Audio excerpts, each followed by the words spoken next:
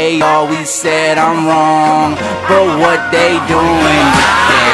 I think they want me gone, but I ain't going away. They told me I was wrong, but look at my ass today. Da da da da da da da da da da da.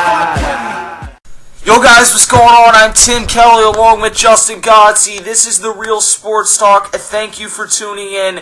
Cain Valasquez versus Junior Dos Santos for the main event, the heavyweight championship of the world at UFC 155 in Las Vegas. Was honestly, the UFC 155 in my mind did not live up to the hype.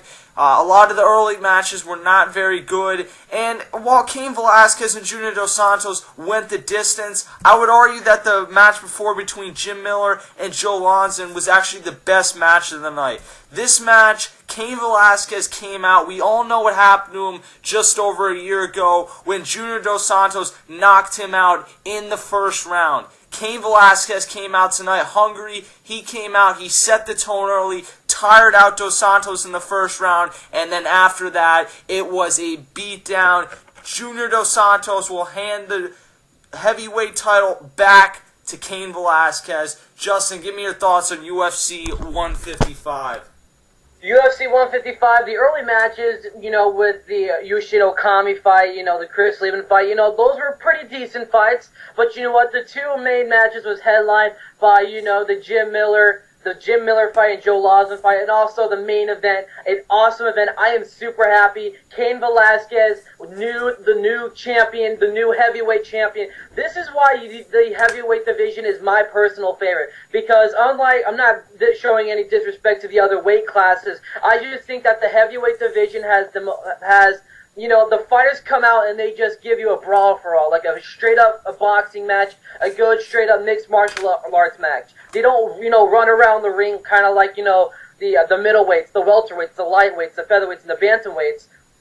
These guys, yes, they're a little bit huskier, they're a little bit bigger, but they're coming out and they're going to be throwing down for you. And that's exactly what we saw today.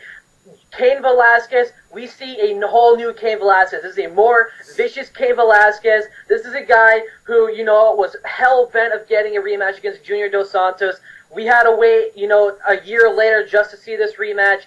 Cain Valasquez, he took on Bigfoot Silva in his last bout, which he destroyed Bigfoot Silva. Junior Dos Santos, and Cain Valasquez had to wait, like I said, a whole year, but Junior Dos Santos faced off against Frank Mir, and he defeated Frank Mir no problem. But you know what? I was really surprised that Cain Valasquez going into this match, we saw the whole new Cain, and Junior Dos Santos coming into this match was actually knocked around it was kind of like an easy bout for Cain Velasquez.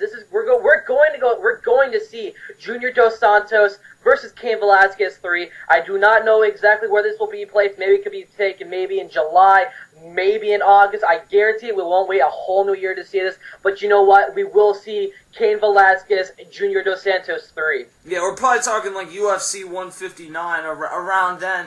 But I am extremely excited to see the third one because I've watched the first two ones now. We all know that Dos Santos came out that first one, absolutely destroyed Velasquez, but that was only like a one-time thing. Obviously, Velasquez was injured then. Coming back tonight, Junior Dos Santos just could not compete with the stamina and the energy that Cain Velasquez brought here. He comes out, Junior Dos Santos came out with the swag, he came out all pumped up, but Cain Velasquez set the tone, and he easily won this bout early on. He came in with a great game plan, and Junior Dos Santos did not. You got to give him a lot of credit for staying in there for the entire thing, taking it the distance, but I didn't think that it was the greatest match overall.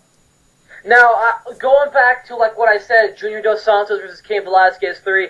I actually read up on this. It's more than likely going to be able to wait because you know what, we do have the up and coming fighter in Alistair Overeem who did knock out Borck Lesnar. This is a guy who After his fight after Borck Lesnar failed a drug test, and now he's scheduled to face Cain Valasquez, prior opponent to this one against Dos Santos, and that's going to be Antonio Bigfoot Silva at UFC 156. So you know what? It's all going to be going down to Dana White between who's going to get the title shot first. Is it going to be Alistair Overeem, or are we going to see Junior Dos Santos versus Cain Velasquez 3? Then we will see the winner of that match take on Alistair Overeem.